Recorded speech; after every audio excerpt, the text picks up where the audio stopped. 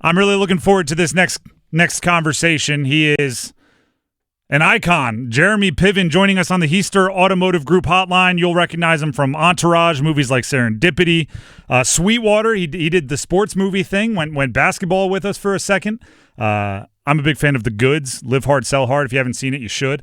And Old School amongst many others. Jeremy, appreciate you for joining us. I know that your stand-up tour, your national stand-up tour, is coming to the Raleigh Improv in Cary May 2nd and 3rd, so everybody get ready for that. And The Performance, your next film, going to be released later this year, produced and starred. Jeremy, thank you for taking the time. If you're watching on YouTube, you can see him joining us as well. Yeah. Jeremy, I know you're a Chicago guy. Are you sweating out the play-in game tonight? The Bulls are taking on the Heat, I believe, up there in Chicago. I'm not sweating this one. I think if you look realistically at these matchups, I don't know. I'm just some random actor stand up, but the Bulls are they look great right now, and I think they're overlooked, and they're surging.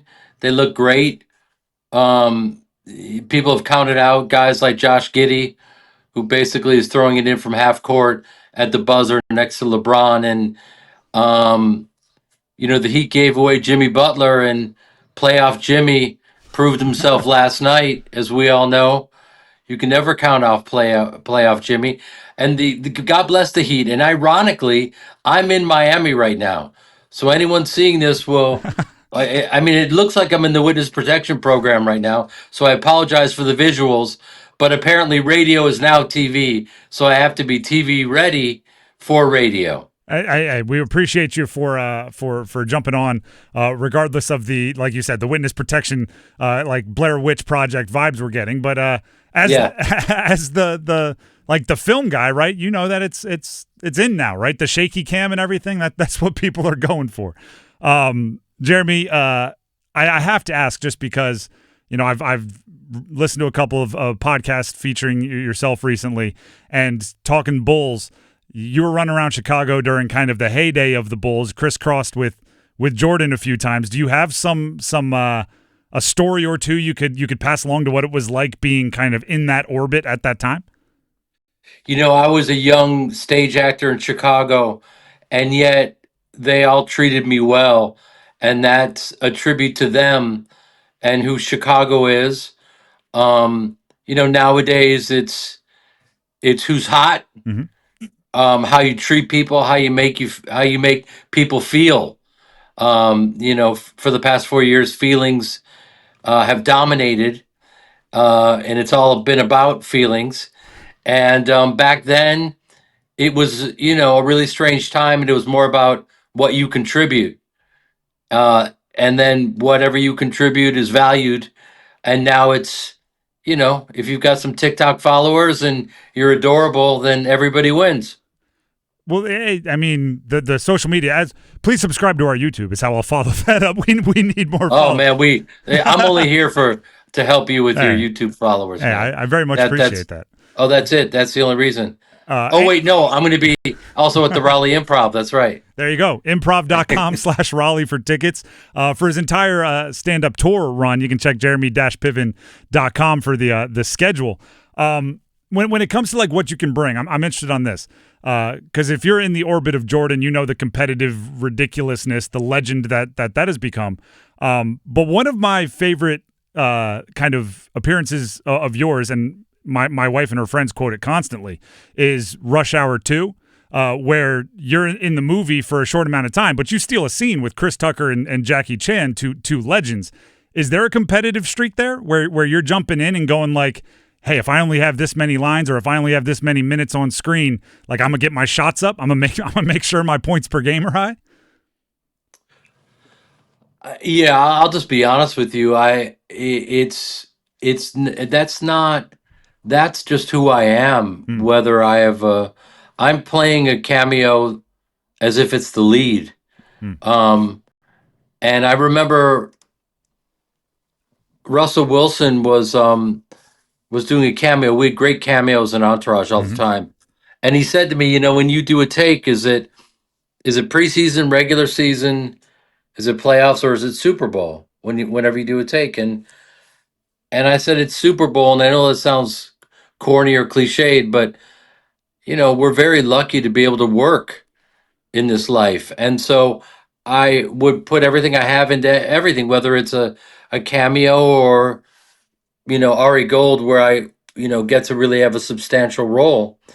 Uh, so, and it's an honor, when you really know how people feel about you when you surprise them.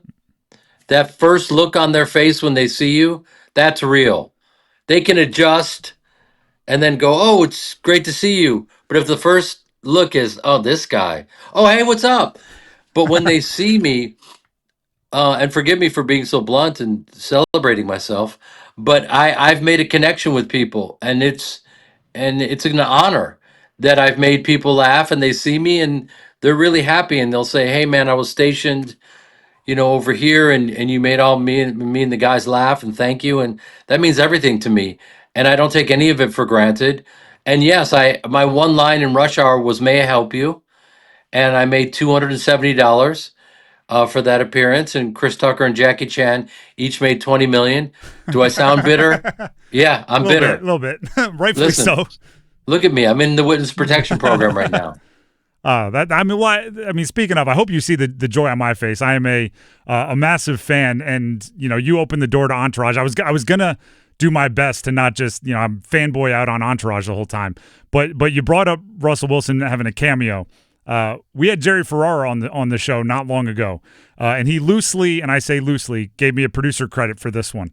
The reboot needs to be about an athlete, right? It's you're seeing like the CAA thing where they're repping both. Maybe Ari has grown to that point and he's branching out. Maybe college athlete with the NIL. Is there?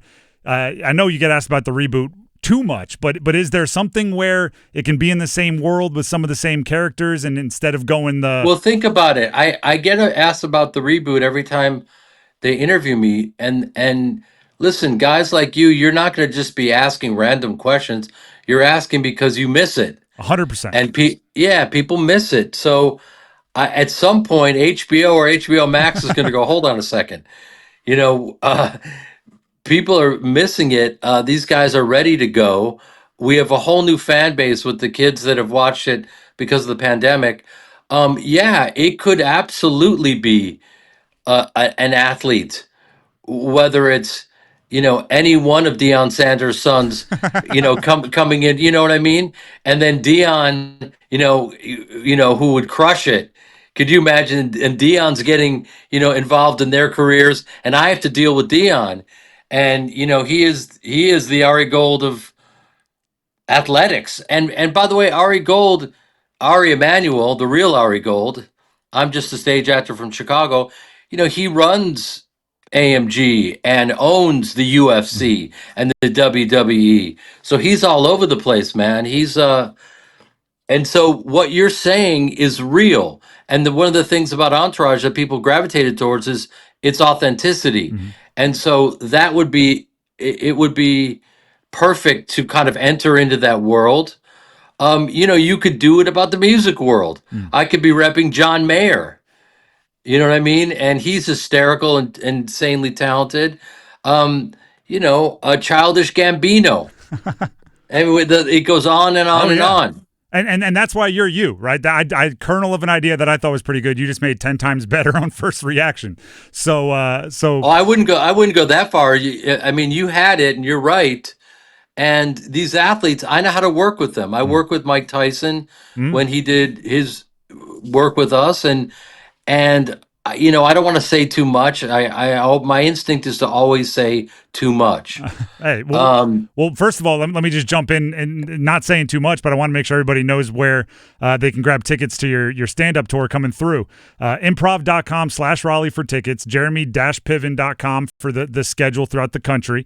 You also have your latest performance, which you also produced, movie called The Performance, being released later this year, and I want to talk about that, but I want to squeak in one more question here, because you keep saying I'm just the stage actor from Chicago, and as my fanboy has kind of made obvious, I think you're more than that. But right now, kind of topical in our area, the NHL team, the Canes, right here in Carolina, The son of the coach was just called up from the minors to make his debut at the NHL level. Bron and Bronny is a thing with parents and sons kind of giving opportunities. Both your parents were actors and drama teachers, legendary, and I know your mom just passed away, so passing along thoughts and support to you and your entire community. But what was it like knowing, because like John Cusack and Adam McKay and Rosanna Arquette, so many went through like your mom's teaching. Was it how do you navigate when your parents might control some of the opportunities and then you're trying to go get the opportunities, but you don't want to see, like how were you as a family able to navigate that? Well, that's a great question. And the reality is, my parents controlled none of the opportunities. And that's one of the interesting realities of life, is that you can have two great artists who were true artists in every sense of the word. They knew it was a great responsibility to be able to create and to work. And so their classes were always incredible. And my father was, a lot of tough love, Mm-hmm. and turned me into the actor I am today, he and my mom. And they just really took it very seriously and loved it, and empowered us with these sayings like, remember, when you get on stage, you're enough. You know what I mean? Which as a kid makes you feel very empowered. But they had no say in the business, they whatsoever. They could prepare you so that you might be good enough someday to audition and get the role. But that was it. And I, I never thought about it as like, oh, my parents are like, I wasn't like the player's son or had that complex or anything like that, or the coach's son, I should say. I just loved it, had a lot of fun, and got my reps in from the time I was 8 years old. And people can, I don't care what people say, and that took me a long time, to be honest with you. I used to care, and that's not healthy. Let me save everyone a lot of time. Just don't even worry about it.